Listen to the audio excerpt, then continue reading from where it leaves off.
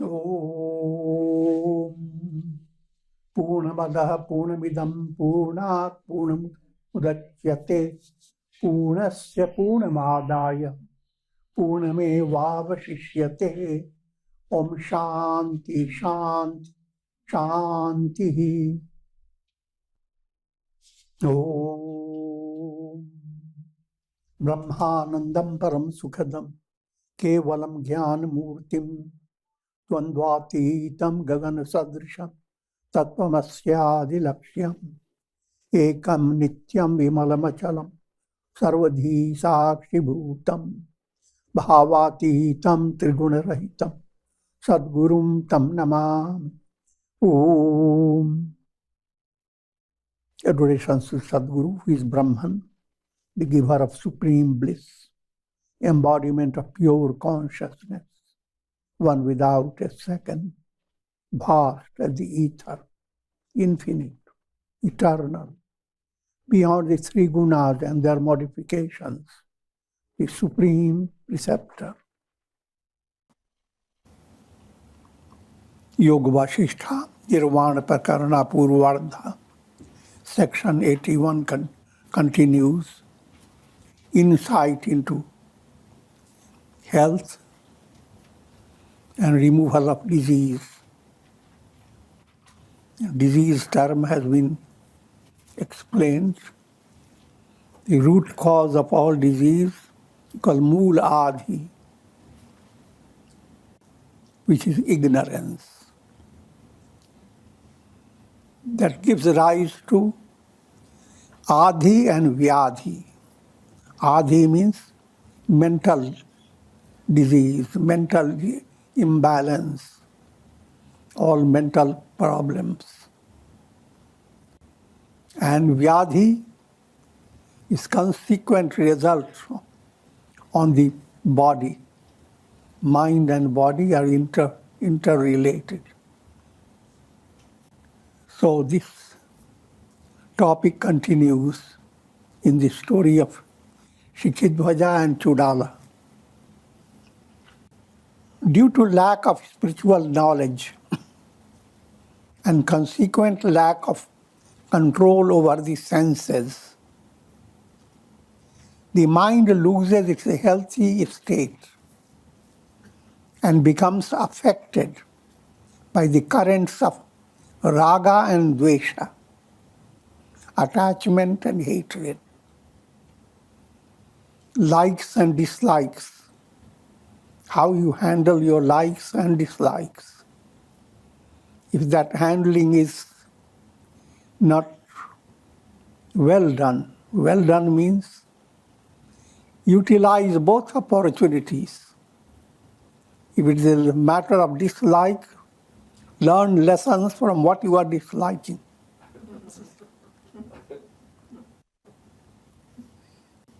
And try to figure out what austerity will do so that it will not affect you. But do not become affected by it. Similarly, pleasant condition comes. Do not become engrossed, elated, but try to understand how wonderful it looks. It gives you so much happiness. Why shouldn't you go into deeper happiness? What causes happiness when you like certain object? And the same object when you dislike, it doesn't cause happiness, it causes all pain. So the world of Raga, try to understand all its implications. And therefore, when there is Raga developing, have deeper insight that it is a touch of divine presence. That's what makes you love. So in each love, in each aspect of Raga, turn your attention from object to the source of the object, divine within. Another way to understand, sublimate raga into devotion, bhakti, and sublimate dvesha into practice of vichar, neti neti. All things of this world, they are illusory. So if you want to hate, hate all illusions. If you want to love, love one absolute.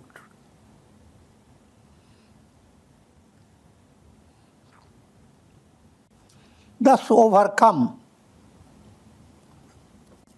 by these raga, dvesha, and afflictions. Raga, dvesha, dominating mind means you are controlled by kleshas, avidya, ignorance, egoism, attachment, hatred, fear of death. These 5 kleshas, they are dominating your mind. And that's the basis of your ill health in a profound way. There arise numerous mental ailments. They arise like hailstorms during monsoon rains. Suddenly, things are calm and quiet, but monsoon rains start. Hailstorms bring hail,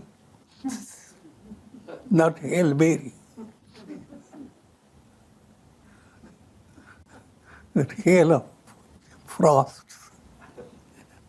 Similarly, kleshas become the source of raging storm for your mental process. Due to the impact of impetuous desires. Impetuous desire means when you have desire, if you are spiritually advanced, you examine your desire. Is it on the right course? Is it preya? It is shreya. You are desiring.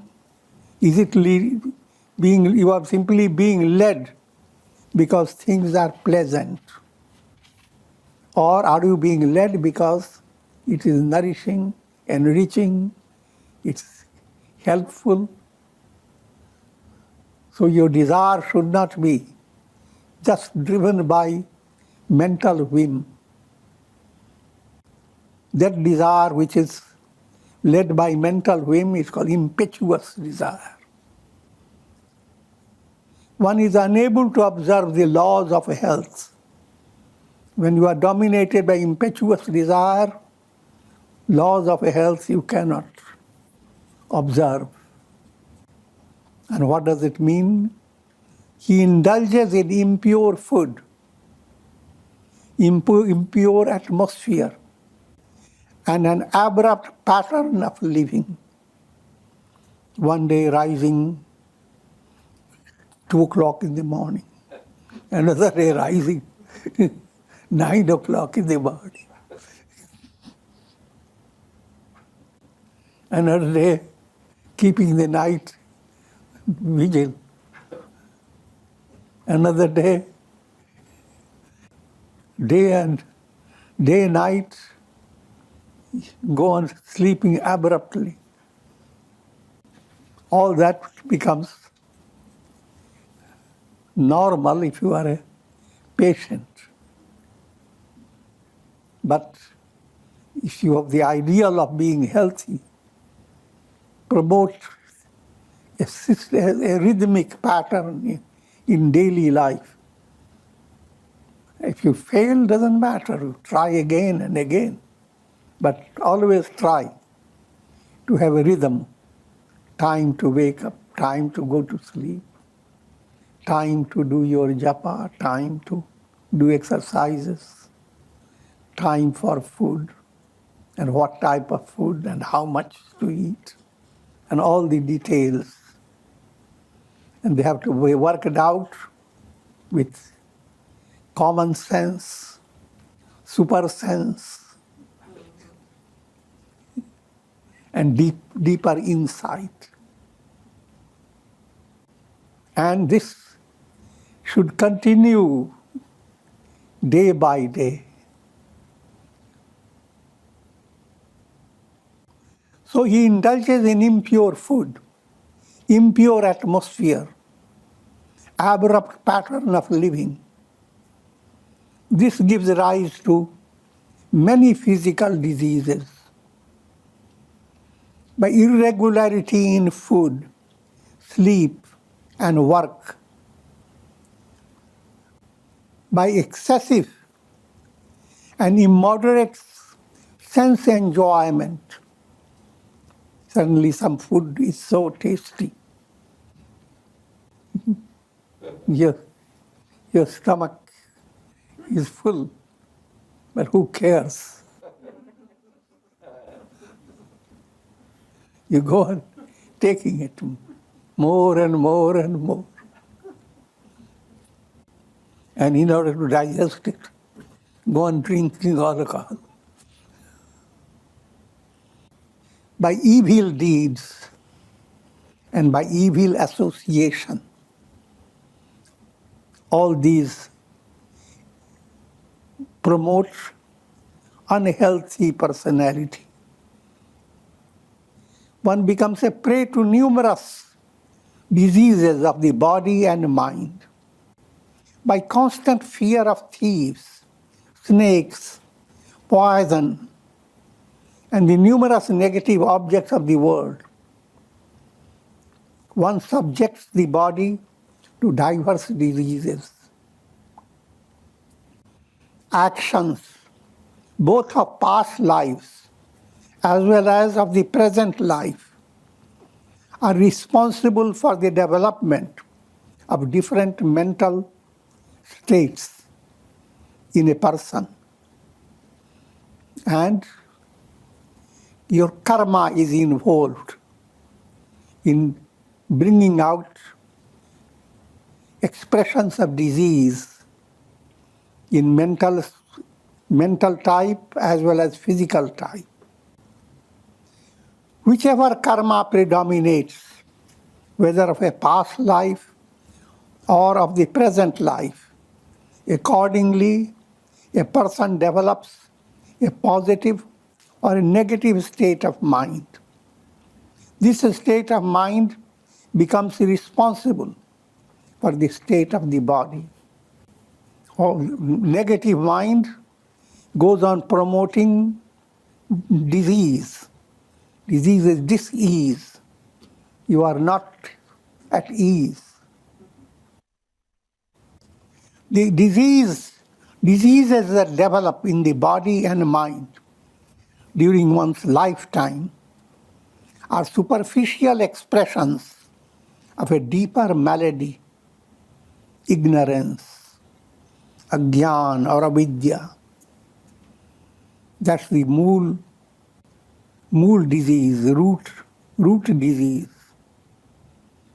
This ignorance must be destroyed in order to terminate the cycle of birth and death. And mool adi is the cause of the soul constantly whirling in the cycle of birth and death. And this predicament of janma mrityu, bandhan, the bondage that brings repeated births, repeated deaths, and you continue. You have already passed through millions and trillions, you can't count them. And nature has all the room for another next billion years. So this terrible disease, which is mortality virus, That must be your central focus. If that is you are curing, then all diseases will vanish. They will have no effect on you. Here I'm talking in a broad way. Body will not be always there, but that body is not the symptom of healthy state. Body itself is a result of mool adi. You are everywhere, but being confined to the body is a terrible disease. You are one with God. You are the sun, but being confined as a reflected sun in a pot of water. That's the disease. All the story of the reflected sun is in the realm of disease. The real sun is a real health. From reflected sun to real sun. From the state of jivahood to this revelation, I am Brahman. That revelation is the cure for all diseases. The diseases of the body can be remedied by using the various methods prescribed by the experts in the field of medicine. Here again, now turning your attention to Purushartha, self-effort. Leave no stone unturned in handling any disease. Get any expert Ayurvedic physician or any expert physician and be under guidance and try to handle your disease at the right moment, not unnecessarily delay in treating the disease. So all that common sense must be applied. Leave no stone unturned. But along with it, repetition of mantras, good karmas, and various purificatory sadhanas. When mental ailments agitate one's heart, one is unable to see the path ahead and often takes the wrong direction. Like a doe injured by an arrow, one continues to wander away from the right course. Whipped by the mind, the pranas lose their harmonious functions. This point has been explained, and it will be mentioned again and again, that when mind is agitated, your pranas don't operate in harmony. They go into disorder. Like rivers whipped by a hurricane, they overflow their bounds. This results in imbalance of the three humors, bile, phlegm, and wind. When the mind is purified, the deeper cause of physical ailments is removed. So there lies the whole root, secret of health of your body in your mind. And the secret of the health of your mind is attaining enlightenment. Therefore, a healthy mind promotes a healthy body.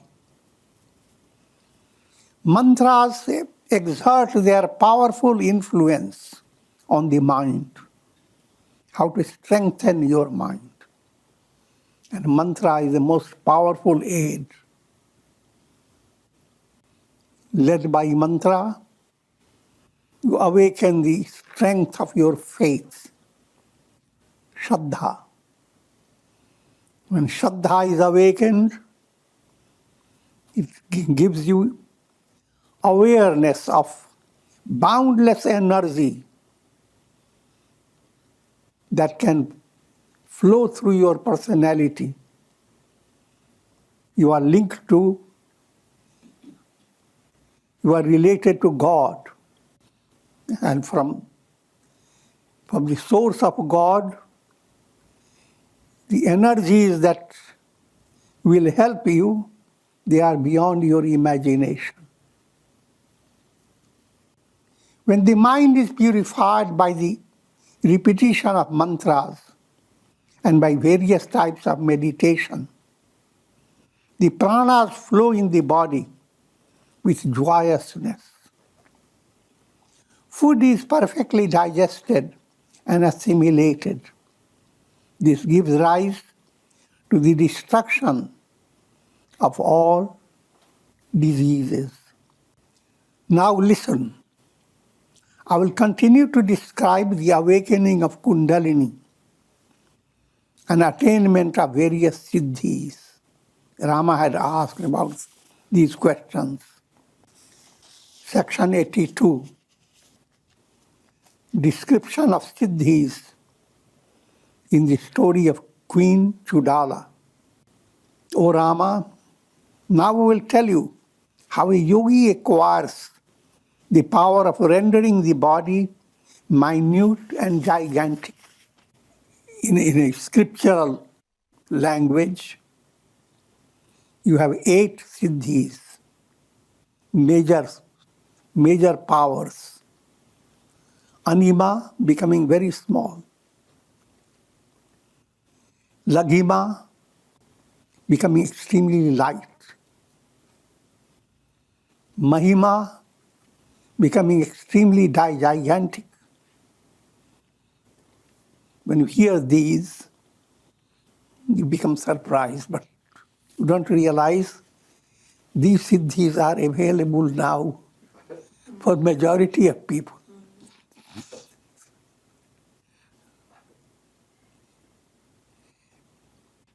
You communicate with people far away. How? You become very small. And with fingertips, you can be enlarged. Or it can be rendered small. In other words, these Siddhis, they make your life's movement easier. Your self-effort becomes much more progressive. But other than that, Siddhis are themselves, not the goal. So coming back to just enumerate those Siddhis. Anima, Laghima, Mahima. Next Siddhi is called Prapti. Whatever you wish, you attain it. These days, you wish to know certain topic. What is Kundalini? What is this or that? And you get it within minutes. Prakamya. Whatever you wish will be fulfilled. Vashitva. Everything that you need is under your control. Ishitva. Ability to rule like gods. An ability to create.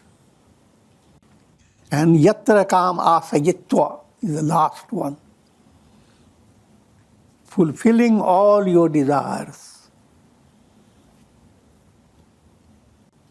And that's the real Param Siddhi. A yogi, by the practice of intense meditation, sees the self shining in the lotus of the heart like a spark of fire. It resembles a golden bee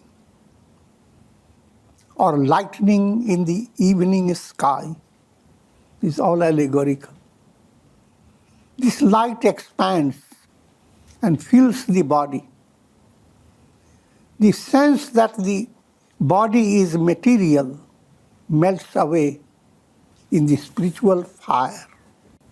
As Kundalini begins to advance, you have the possibility to go beyond your physical body and understand, I am not the body, I am all mind.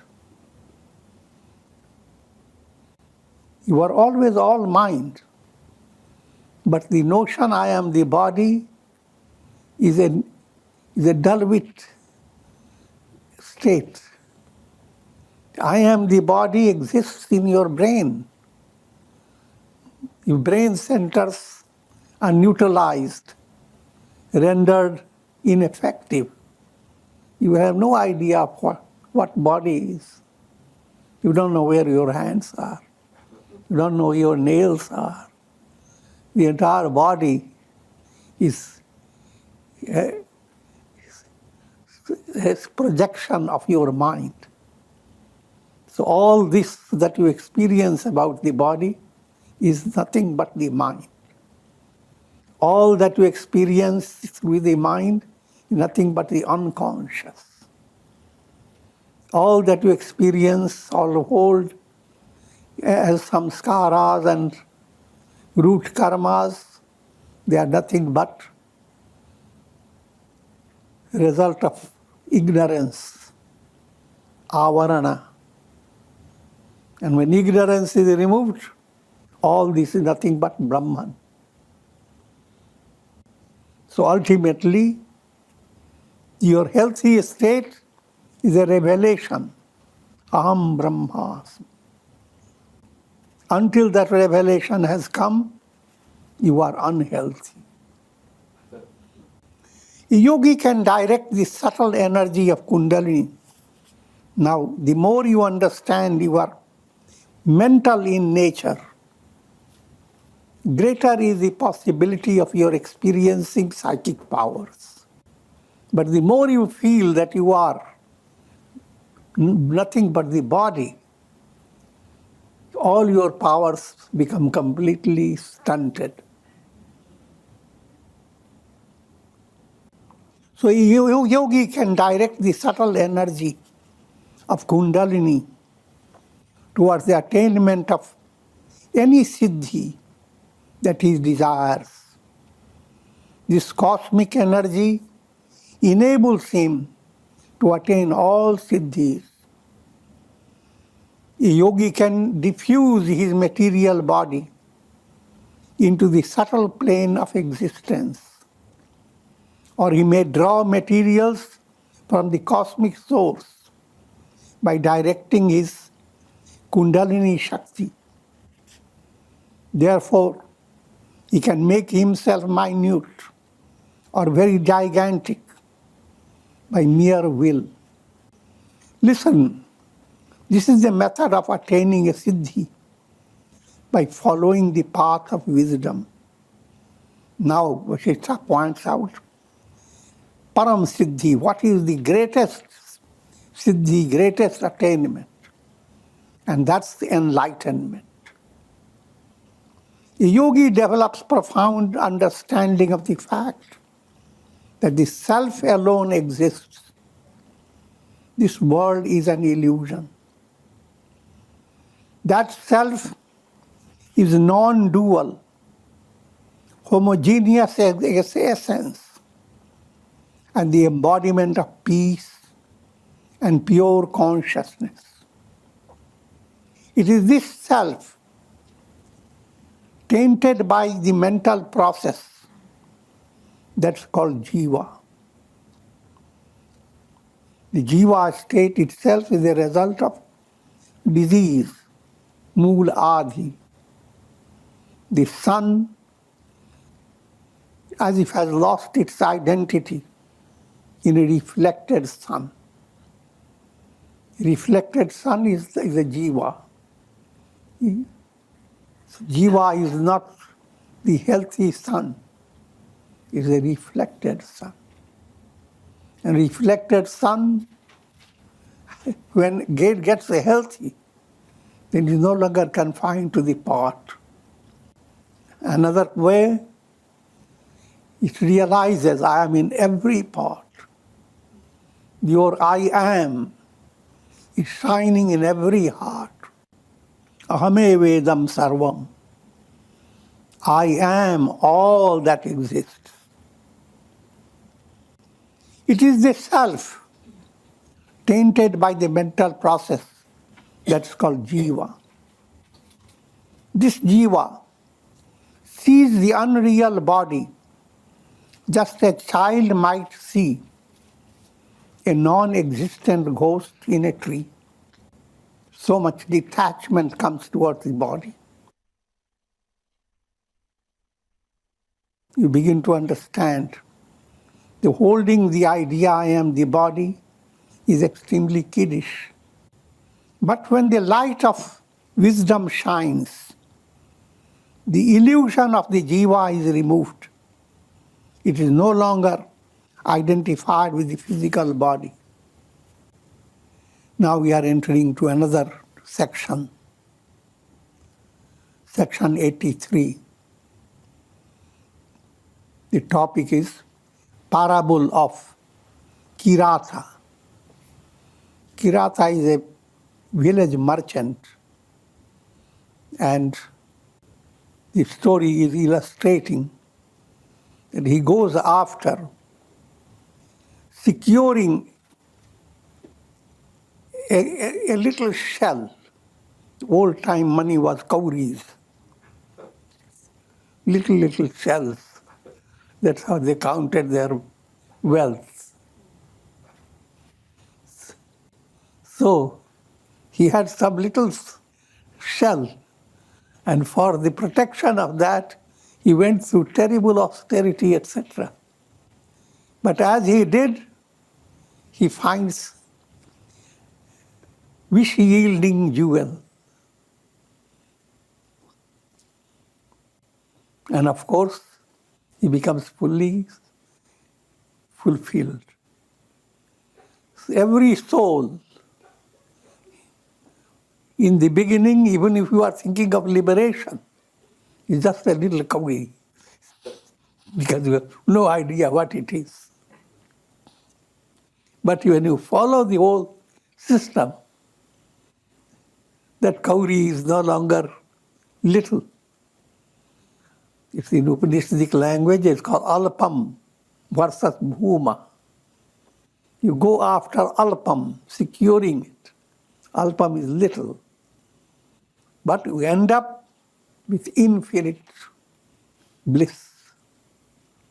So that's the sadhana process.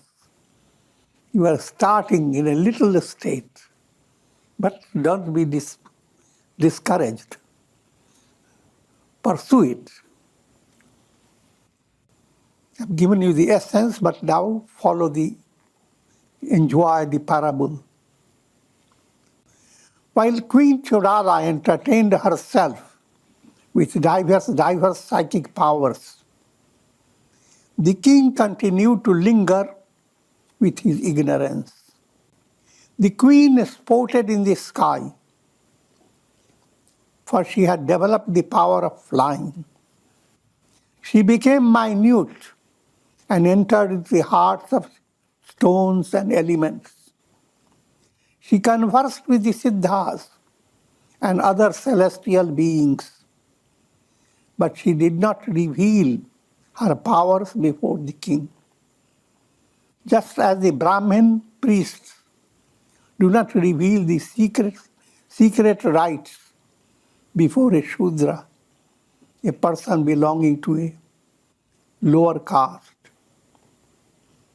Sri Rama asked, how was it that in spite of being a great yogi, Queen Chudala was unable to enlighten the king?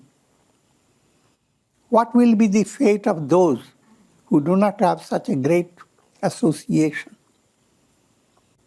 And the point is being told that no matter how great associate may be, you may be associated with a great sage. You may be in close contact with Buddha, and yet you can't attain enlightenment, because enlightenment is not something you share. You have to attain it. If you share enlightenment, enlightenment becomes an object and can be snatched away from you. Shiva Vasistha explained, O Rama, the teacher's powers cannot enlighten others. Rather, one's own inner awakening in the form of spiritual aspiration enables one to attain enlightenment through the guidance of a guru. You have to develop your aspiration. Come under the guidance of guru. Practice Shravan Manan Nididhyasan under the guidance and practice your integral yoga. Listen to the parable. Once there lived a Kirata, a village merchant, who lost a kauri, a penny, while journeying through Vindhya forest. He was determined to find it, and thus continued relentlessly to look for it in the forests through which he had journeyed. Everyone ridiculed him for his vain efforts, but he didn't mind. As a result of his strenuous effort, he discovered a wish-yielding jewel, Chintamani. He went in search of a kauri, but he found the wish-yielding jewel. He became supremely happy and contented. In the same way, an aspirant loses a penny's worth of his vain expectations in the forest of the world process. All that you attain in the world is penny worth.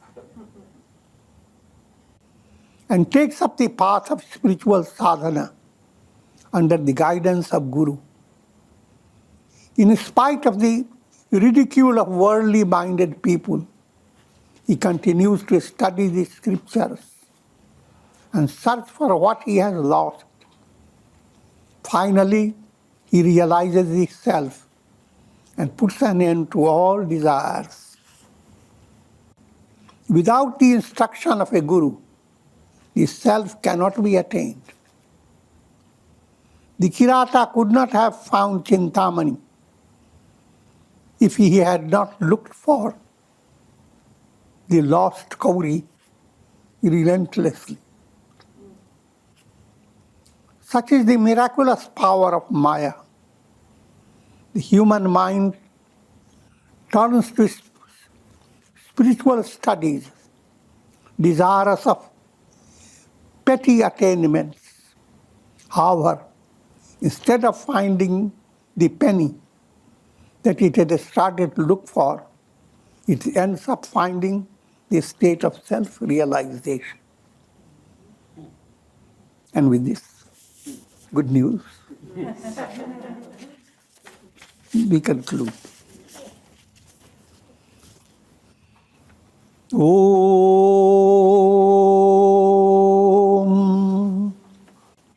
Ram Ram Ram Ram Ram Om Namah Shivaya Om Namah Shivaya Om Namah Shivaya Om. Prayer for shower of Karunamaya grace of God over all of you with the blessings of Shakti, Bhakti and Mukti. Om Trayambakam Yajamahe Sugandhim Pushti Vardhanam उर्वारुकमिव बन्धनान् मृत्योर्मुक्ष्यमामृतात्।